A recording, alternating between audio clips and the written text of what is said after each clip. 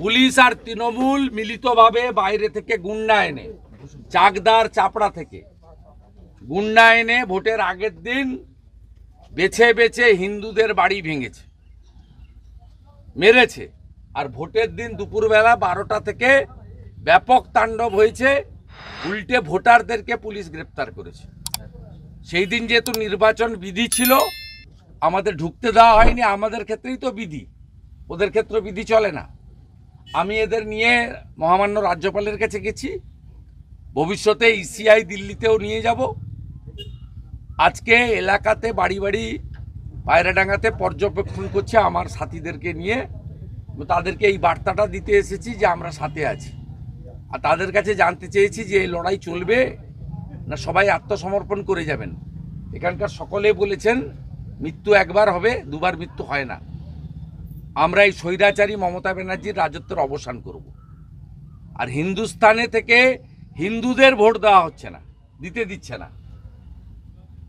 শুধুমাত্র BJP voter নয়, অন্য দলেরও যে হিন্দু ভোটার আছে তাদেরকে ভোট দিতে দিচ্ছে না। পশ্চিমবঙ্গে হিন্দুদের ভোটাধিকার হরণ করছে মমতা ব্যানার্জির পুলিশ আর জঙ্গি জিহাদিরা। এ লজ্জা রাখার জায়গা নেই।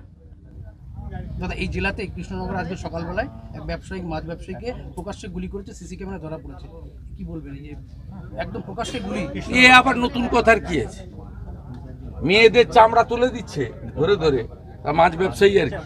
ভাঙড়ে জমি জালিয়াতির অভিযোগ, তৃণমূল নেতার বিরুদ্ধে এফআইআর। কোন গোষ্ঠীর? কোন গোষ্ঠীর দেখতে হবে তো। আর আবুলের গোষ্ঠীর লোক নিশ্চয়ই, ওই জন্য শপথে ফের করেছি। আর সালিশি মালদাতে আবার সালিশি সভার নামে লজ্জা, 4 ভাইকে বসিয়ে মারধরের অভিযোগ, তৃণমূল গ্রাম পঞ্চায়েতের প্রধানের বিরুদ্ধে অভিযোগ। তৃণমূল গ্রাম যারা তৃণমূলকে ভোট দিচ্ছে তাদেরকে বলুন, আমাদের বলে লাভ নেই।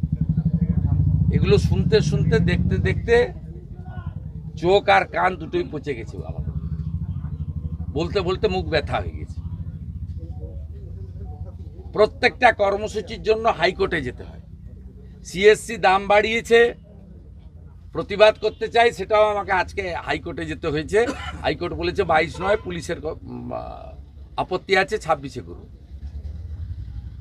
তো পশ্চিমবঙ্গে কি সংবিধান আছে না গণতন্ত্র আছে? এটা কোন দেশে হয়নি? সবচেয়ে ভয়ঙ্কর জিনিস হচ্ছে হিন্দুদেরকে এখানে ভোট দিতে আটকাচ্ছে।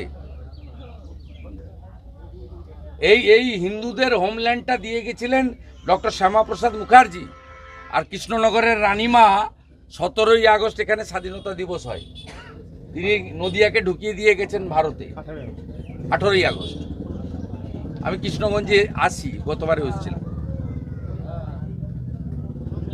আইন শৃঙ্খলা নেই, পুলিশকে জিজ্ঞেস করছেন না কেন?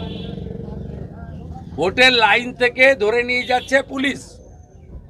যারা চাপড়া থেকে এসে এখানে ক্যাম্প ভাঙলো, ইনাকে মারলো, তাদের বিরুদ্ধে এফআইআর নেই, তাদের গ্রেপ্তার নেই। আর ইনাকে মার খাওয়া লোককে চিকিৎসা না করিয়ে গ্রেপ্তার করা হচ্ছে।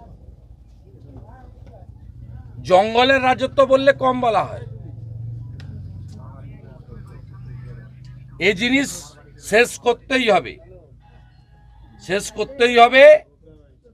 হিন্দুদের ঐক্যবদ্ধ হওয়ার আহ্বান জানাচ্ছি।